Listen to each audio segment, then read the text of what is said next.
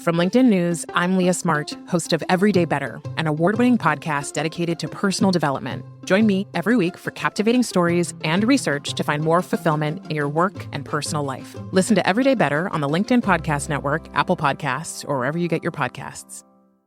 From LinkedIn News, I'm Jessie Hempel, host of the Hello Monday podcast. Start your week with the Hello Monday podcast. We'll navigate career pivots. We'll learn where happiness fits in. Listen to Hello Monday with me, Jessie Hempel, on the LinkedIn Podcast Network or wherever you get your podcasts. Hey everyone, and welcome to our throwback episode. In our throwback episodes, we are reintroducing you to some of our most popular episodes. This is great for new listeners who want to learn more about the work we've done in the past, and it's a great refresher if you've been a listener for a long time. Enjoy. Jen, thanks for joining us. Thanks so much for having me, Kwame. Great to be back with you. Yes, it's great to have you again. Yes, you're one of the few who we have brought back because you are the perfect person to talk to in these crazy times we're living in. But before we get into all of that, let's do a reintroduction to the listeners. Can you tell us a little bit about yourself and what you do? Sure. I am the CEO of Alignment Strategies Group, where we work with CEOs and their senior teams to help them communicate across lines of difference more effectively, to help them create optimal outcomes for themselves, for their organizations and their teams, or create organizational health and vitality and growth. And so what that really means is that, my background is 25 years of conflict work. My Ph.D. is in organizational psychology with a focus on intractable conflict, which I'm sure we'll get into in a little while. And I started my career out at the program on negotiation at Harvard Law School, working with executives and global leaders. And it's been 25 years of working with people in high conflict situations, from Israel-Palestine to the corporate boardroom and anything in between. Fantastic. Yes. And so the day we're recording it, it's February 2nd, and we reached out to you early in January because living in America, there's been a lot of conflict recently. I don't know, maybe you haven't seen it, maybe other people have missed it. Right. But in America in 2021, we started off with a bang. And so I wanted to bring you in because of your background in intractable conflicts, those that just don't seem like they're ever going away. And one of the things that's been interesting about the work that you've done is the role of humiliation in the conflicts that we're seeing. And so I just kind of want to give you the floor and see where we should start as we analyze the situation we're finding ourselves in now and the role that humiliation, shame, those type of things plays into what's happening. Well, I started my research on humiliation and the role that humiliation plays in exacerbating long-term conflict in 2002. And this was obviously right after 9/11. I began doing my PhD at Columbia, and I got a little postcard in the mail saying, we're starting this new fellowship that's funded by the U.S. Department of Homeland Security. Would you like to apply? Because I had done some work with the National Science Foundation. And that's how that postcard came to me. And so I applied and proposed that I do work looking at the role that humiliation plays in exacerbating long-term conflict. And this was around the time of the Abu Ghraib debacle, where American service people had been found to be deeply humiliating people who were in the Abu Ghraib prison, and were, this was not a good thing. And so as we look at, and so then I had 5 years of my research funded by the U.S. Department of Homeland Security and did some fellowships and internships there over my time, over those 5 years. And when I look at what's happening today in America, the lens that I bring is this lens of when you humiliate people, whether intentionally or not, you are more likely to see aggressive behavior. Or when people feel humiliated for any any number of different reasons. What my research found, and I think it's not rocket science, is that when people feel humiliated, they will be more likely to be aggressive than if they don't feel humiliated, or if they feel that people are taking care of them and their needs. So we can say a lot more about that. Yeah, so it makes sense, right? It makes sense about how humiliation can lead to higher levels of aggression. And I think what would be interesting is to explore the different types of humiliation that exist, and the various potential locations where it could come from. How can it come from? What's the genesis? So I think that would be an interesting starting point. What would be considered humiliating to different people at different times? Mm-hmm. Well, what your question makes me think about is, in my research, I looked at the different definitions of shame versus humiliation. And in the scholarly literature, the way that humiliation is differentiated from shame is that shame is a more private emotion that a person might take on themselves. You might feel ashamed when you are by yourself. But the reason why you might feel humiliated, in contrast, is that something has happened to you in a public sphere, even if that is only with you and one other person, but that someone has publicly noticed or seen, acknowledged something that has happened to you, that would lead you to feel ashamed if you were by yourself, but it's this public experience of it. And so also my research happened to be about the differences between feeling humiliated about a social identity characteristic like race, religion, nationality, gender, versus being humiliated about a personality characteristic, like whether you're introverted or extroverted, or anything that does not have to do with your social identity. And so what I found was that it was particularly when people felt humiliated about a social identity characteristic, they were more likely to become aggressive, versus when people felt humiliated about a personality characteristic, they were more likely to feel ashamed that this is something specific to me personally. I'm going to kind of bring it internally. I've read a little bit about, and you can imagine anecdotally, differences. You can think about gender differences there too, that women are more likely to bring a sense of shame inside of themselves and kind of feel sad or depressed as a result, versus men that might be more likely to lash out or become aggressive in response to feeling humiliated. So there's all these different ways to think about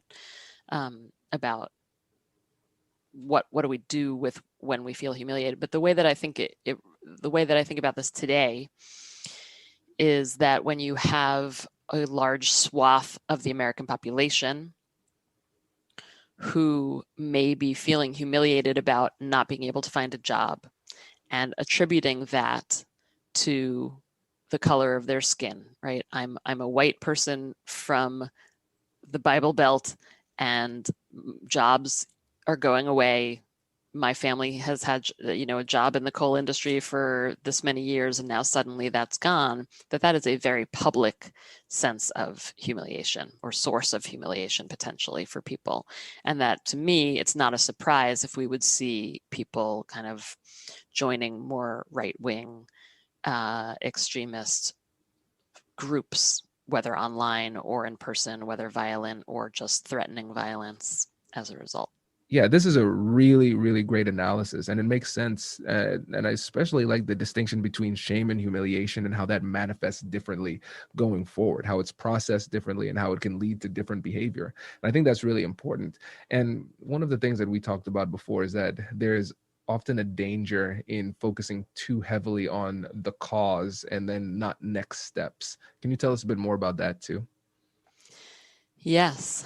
When I was in graduate school, there was a moment towards the end of my 5 years that I looked up and looked around and realized that I could spend the rest of my life, as I had spent the last 5 years, looking at the complex causes of seemingly intractable conflicts.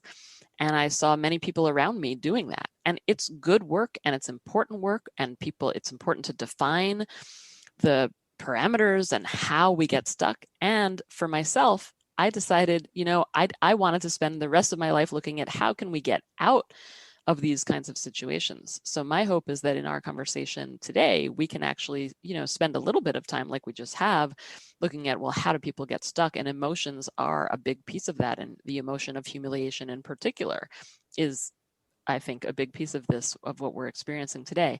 And I wouldn't want us to get stuck there, because there's so much more work to be done about, well, how do we get out? How do we get out of it? How do we get out of this seemingly pernicious cycle that we find ourselves in with these conflicts that don't go away? Brace the rudders! Raise the sails! Raise the sails!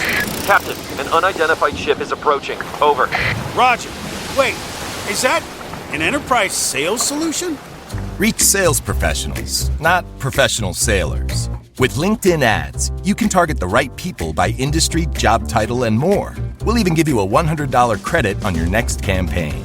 Get started today at linkedin.com/marketer. Terms and conditions apply.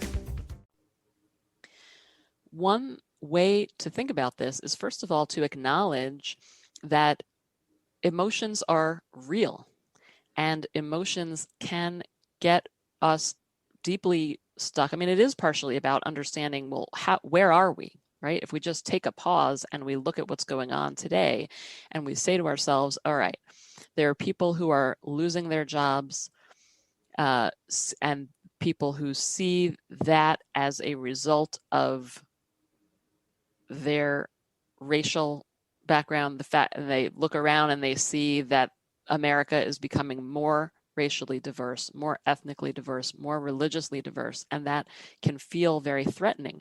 So rather than only focusing on that, we know that intellectually that what I just described may be true, I think it behooves us to pay attention to the emotions that those people may be experiencing as a result of all of that. And so if we think to ourselves, well, they may be feeling a sense of deep humiliation, that not only am I sad, angry, confused, frustrated because our jobs are going away, I'm also feeling humiliated. And I feel humiliated not only on my own individual behalf or on behalf of my family, but I feel humiliated on behalf of an entire group of people that my social identity represents. And when we know that that may be happening, then we have the capacity to ask ourselves, well, what could we do about that? Right? And I would not suggest that what we want to do about that is to pander to people and say, well, we're going to bring you your jobs back, which is really like, in a way, not in a way, very clearly to me, what Trump was telling them, was saying, we're going to take care of the coal industry, and we're going to make sure that there's coal jobs forever and ever. I mean, just to me, that is not how we handle it when people are feeling these ways, feeling sad, frustrated, angry, humiliated. What we want to do is say, first of all, acknowledge it. I mean, it could help to think about it as, what would you do if an individual came to you and was feeling those ways? Well, if an individual came to you feeling those ways, you would ideally acknowledge what they're feeling. We get it. Get that you may be feeling angry, upset, depressed, not know where your next paycheck is coming from, humiliated. And then second is to say, to think for ourselves, what could we do to help turn this situation around over the long term, right? I'm not going to kind of give you back your jobs, because that's going to lead to other devastating effects with the climate, and we don't want to move backwards in society. We want to move forward. But how can we address the reasons why you might be feeling these ways, that's going to help you, that's going to help all of society at the same time? And to me, that's the real conundrum, is how do we create this kind of win-win? And the third thing that really does come to my mind is, is that we can predict that when people feel when people feel humiliated about a social identity characteristic, they are more likely to become aggressive and lash out at the people, particularly at people who they perceive to have wronged them. And so if I were consulting to the Biden administration at this moment in time, I would say, folks, let's think really hard and really carefully about the messaging to this community. Let's predict that there is going to be right-wing extremist behavior that's going to come out. Let's track what people are saying on social media.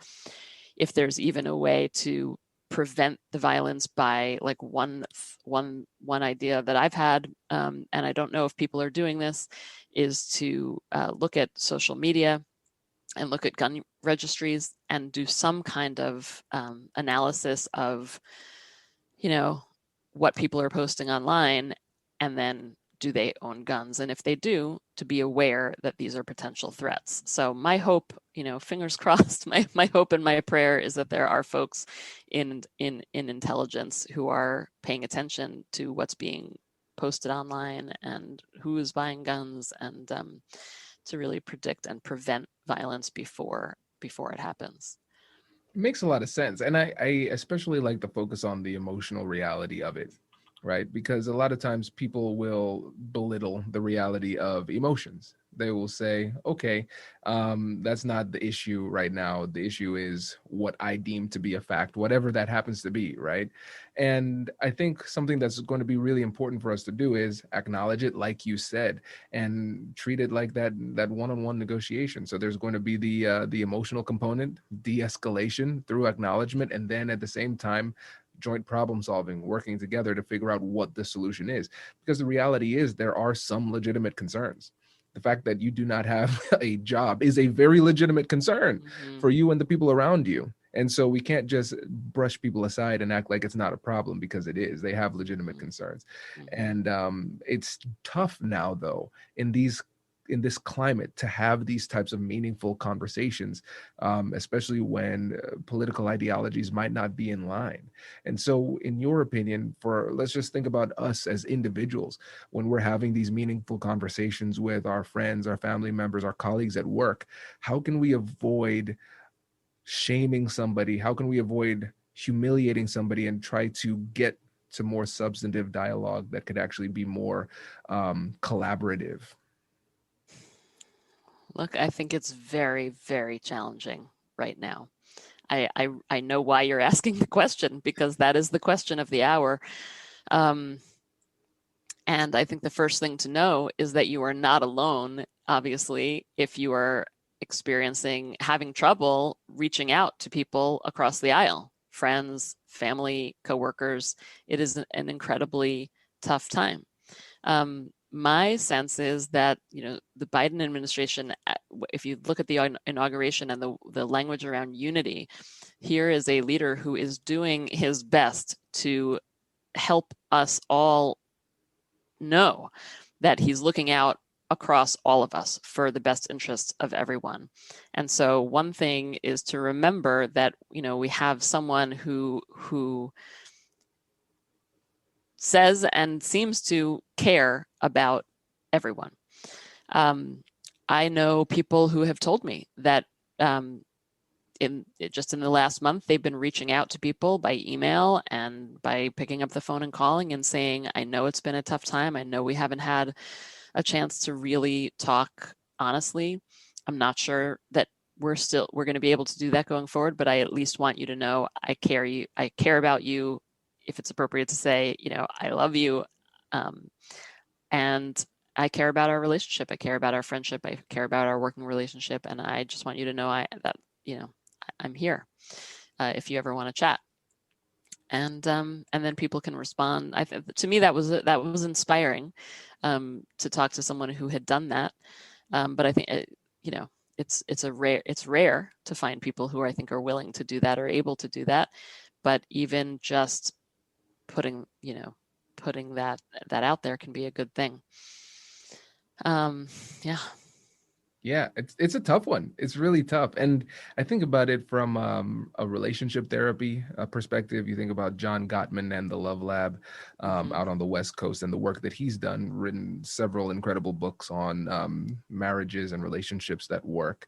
And one of the things he talks about is repair attempts. After you've had a difficult conversation or an argument, whatever it might be, you'll see different members of the relationship. They'll try to do a repair attempt, like, "Oh, hey, honey, you want to, get some ice cream," or something like that. It's not something that's in the ordinary. You understand that you're doing it as like a well check, essentially, for the relationship. And I think it's essentially what you're suggesting there is doing the same thing for these conversations that we're having.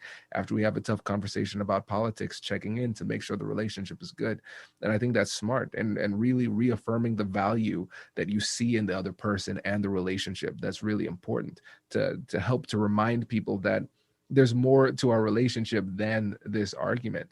And something that I've recognized, though, is that sometimes people will say something, and for them, they think it's completely okay. They think there was nothing wrong with what they said, but they inadvertently triggered shame. They inadvertently caused the person to feel humiliated. What are some things that we can do to make sure that we don't make those types of mistakes? So I think this gets back to what you said earlier, which is we can't always control how what we do or say will land on other people.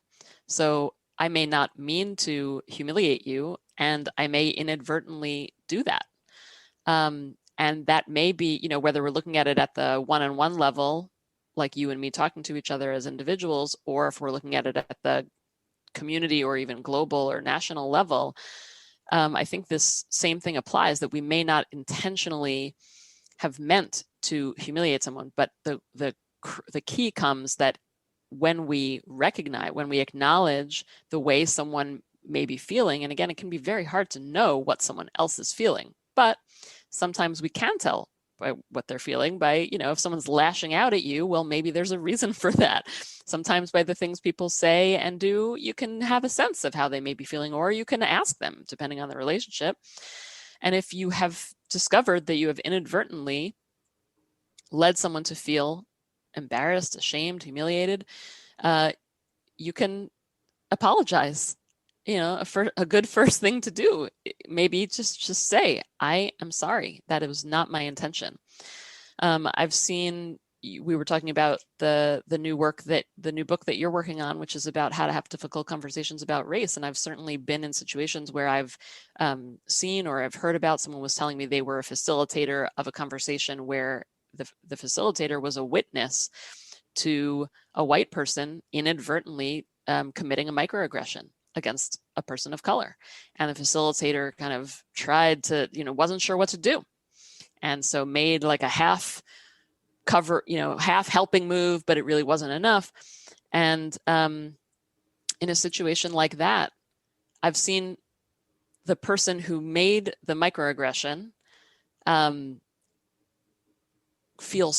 say things that were so over the top, "Oh, I'm so sorry, and it's all my fault," and telling story after story about that person, that aggressor's wrongdoing, that it was just too much, right? So I would not, I'd be curious to hear how you would handle this, given that you're writing a book about it, but I would not advise that. I would advise saying, "I'm sorry.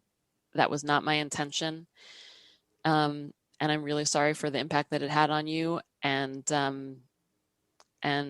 please let me know, any feedback you have for me," or something like that.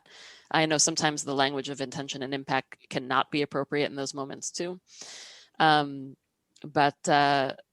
also skirting around the issue and acting like it didn't happen and not acknowledging the person's feelings, probably also want to stay away from that Right. too. Although it can be very, hard, tricky ground.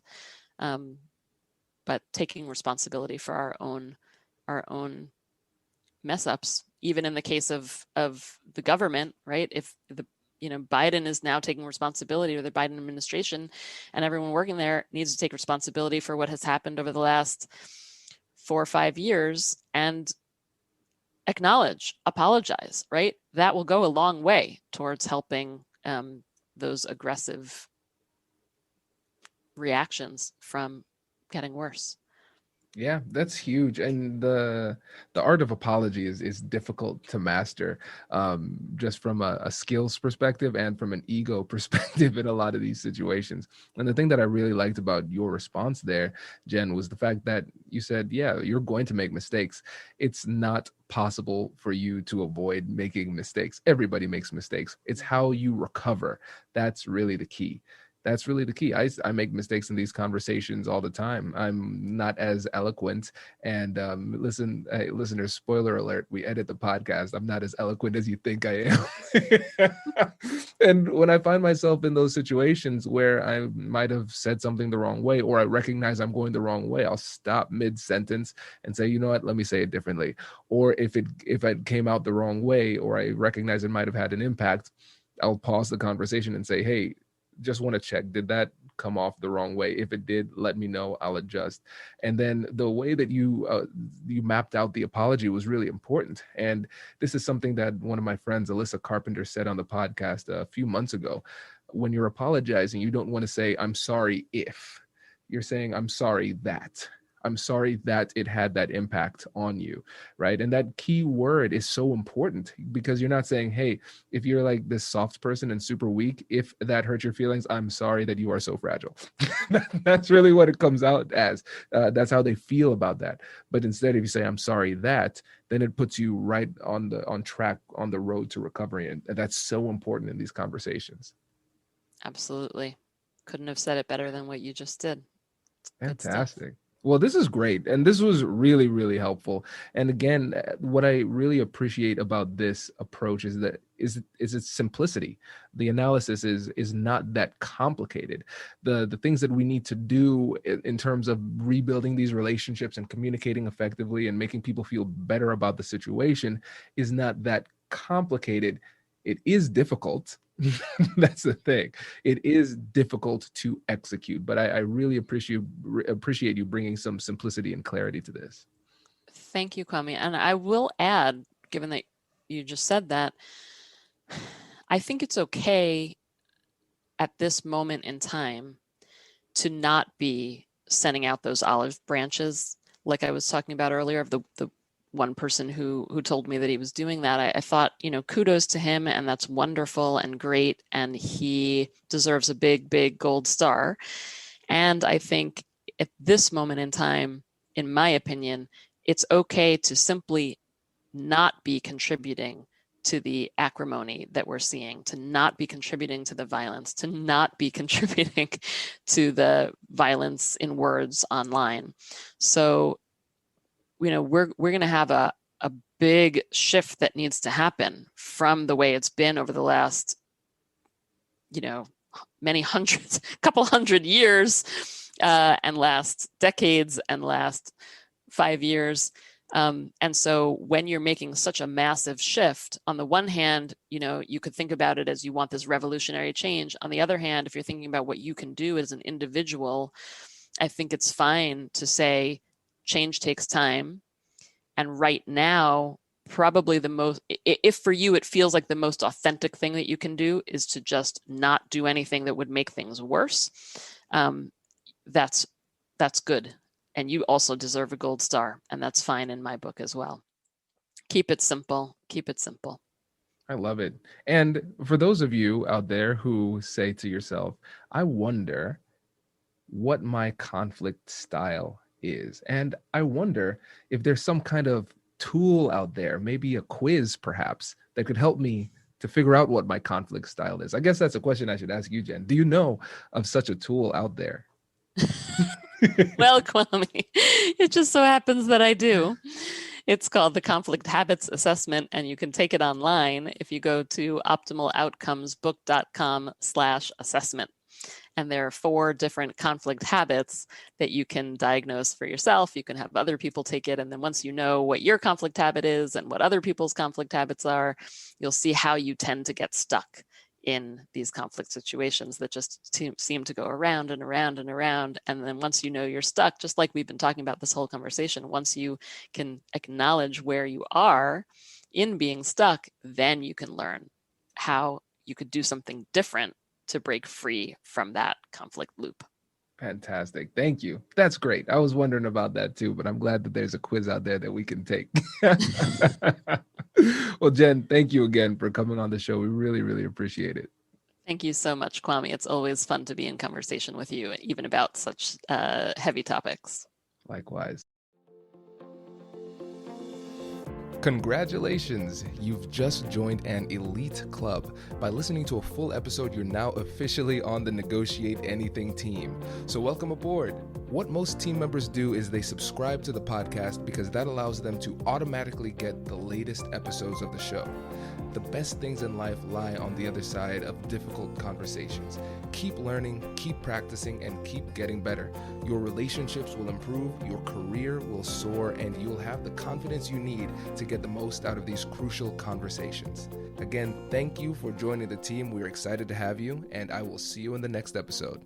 I'll catch you later.